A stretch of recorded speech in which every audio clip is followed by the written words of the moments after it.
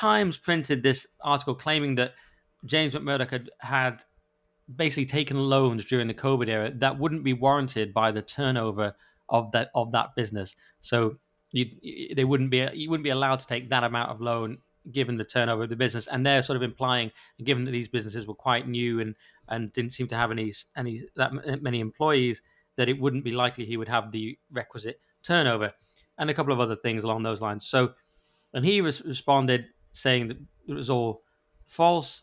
He said, "I confirmed to the journalists that all my business dealings had always been conducted fully within the law and in compliance with all regulations, and that appropriately qualified professionals had reviewed all activity, confirming the same." And he says, "My business dealings have been reviewed by ICAEW qualified professionals. Absolute compliance was confirmed. My register of interest was completed with the support of IPSA." So that's another thing, is they're saying, well, he didn't register these as interests when he became an MP either. That's their claim, and he refutes it. So as a precautionary measure, and as for the protection of Reform UK, I've asked to have the whip suspended temporarily, and Lee Anderson released a statement to that effect. But the update is, as of a couple of hours ago, as we record on the 8th of July, James says, further to my statement tweeted on 5th of July 2025, I've now had a chance to take specialist legal advice from an expert in the relevant field. In light of that advice, which is privileged and which I choose to keep private at this time, I've decided to continue my parliamentary career as an independent MP where I can focus 100% on the interests of my constituents. And that's interesting and unfortunate, because it's another of my favourite MPs. I mean, Rupert was my favourite, and James was probably my second favourite. He quite often likes my tweets, which is kind of the sole criterion, in fact, for me liking you. But so I like James. He's quite based on things like assisted dying and abortion, and he didn't seem to be as liberal as some of the others. And yes, he had that incident in the past with the assault when he was 19, and the party perhaps they were hoodwinked and had to defend him. But the defence was, look, he was 19, he's turned his life around and become exemplary. And I think that's actually a good defence in a Christian society that we're supposed to be. Farage was grilled about it by journalists, and what is their take? You just do something bad and that's it forever, even though criminals do much worse things than that and get out. Rapists and murderers get out. And so, but you think, and in some cases they shouldn't. In some cases there should be the death penalty. But someone assaults someone at 19 and doesn't get out, doesn't recover ever, even if they've repented inwardly and by their actions. I think that's not plausible. So you have to have some sort of rule. Anyway, so I was glad that they defended him on that. But even if the details are somewhat lurid when repeated by journalists, but there has to be standards. So, and he was doing well, so it's very sad. But Dan Wootton says James McMurdock quits Reform UK knowing full well the party wanted him gone. Another patriot thrown to the gutter like Rupert Lowe was. If you can't see this is wrong, ... And one does wonder, is it just the Times are out to get him? Or is he being briefed against? I'm not saying he is. Dan is saying that probably, but you do wonder, because the ones that Reform don't like, the ones that are too based, lo and behold, one of them is a 67-year-old man who's arrested and his gun seized because Zia Yusuf felt so under threat by this 67-year-old farmer who's never hurt anyone. And then another is suddenly, the story comes out. You sort of wonder, obviously, if he did the things, then you could say, so what, how it came out. But it's a bit suspicious. I don't know. I don't want to get too conspiratorial. But the Rupert Lowe one was obviously bollocks. This one, I don't know. But you do wonder. And then you look who's left in the party. Lee Anderson, former Tory. Sarah Pochen, former Tory. Richard Tice wanted to be a Tory. Farage, spiritual Tory. And you go, this is the Tory party. But and meanwhile, the actual Tory party moves to the right of Reform, with Kemi actually naming Islamic terrorism and a number of other things, and Jenrick saying some good things. So anyway, what do you make of it, Paul?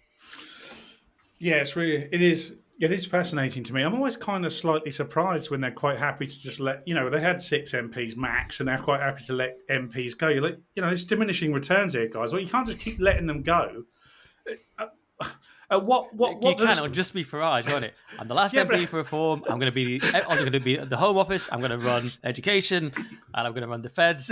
You can't have a majority of one, though. Can you imagine that? You've got one guy on one side of Parliament, and then 500 people on the other side. That's not how it works. Farage is banking on cloning technology rapidly improving. Yeah, maybe he is. I clone myself. I'm going to do all jobs for Reform UK when we get into government. There's 100 of me.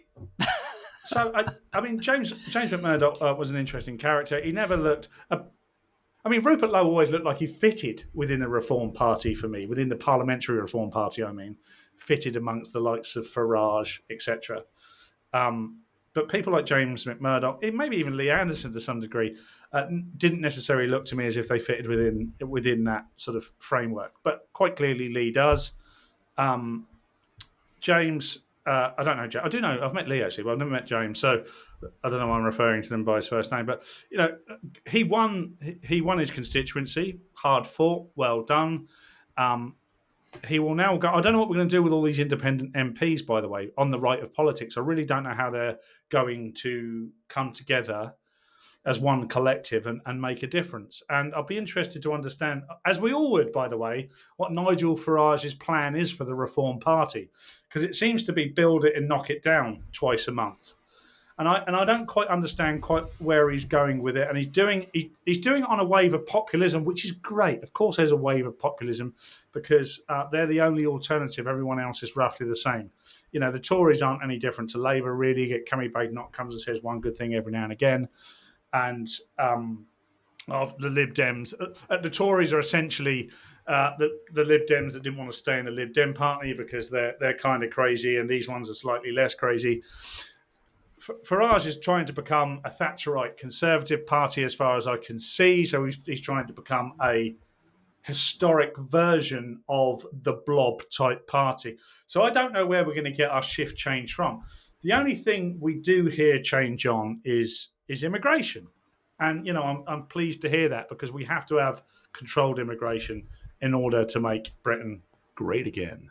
But, I mean, I don't really trust reform on immigration. But on this James McMurdoch thing, sorry, why are you saying... just to put the devil's advocate, I mean, I don't know if this is true. If it is, or even if it isn't, McMurdoch has removed the whip from himself. So is there an argument that, of course, if you believe that it's been secretly briefed against, it's very different. But if it's just happenstance, then it's not Farage's fault, much like when Zia Youssef left.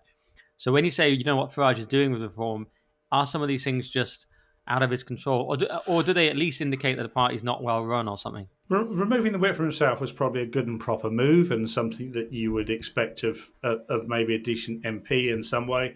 That to me doesn't stand out, although, shoot me down if you think I'm wrong in the comments. However, once he's had a chance it's the 8th today, and he removed his own whip on the 5th, only 3 days. He's maybe looked back into his parliamentary party to have a look how much support he's got and thought, oh, 0. So I'm going to have to leave this party because I can't rely on them. And if I'm working entirely independently at this moment, I'm going to have to work independently from here on in. So he's obviously, from my money, he's looked back in how that sort of lack of support is manifesting itself. I have no understanding of that. If they are briefing against one of 5 MPs within that party, so they've done it before. 80%, yeah. But with him in there, it's 5. So if 80% of the party are briefing against 20% of the party, that is a huge issue, particularly when we don't understand what the plan is. Because really, in theory, unless there's any more defections, which there could well be, of course, probably not huge amounts. I don't know what's going to happen between now and 2029. It's not till 2029 that really they can do anything about it. They can carry on riding this wave of populism. They can carry on winning councils and local elections and govern from that low level to prove to the constituents that they can govern.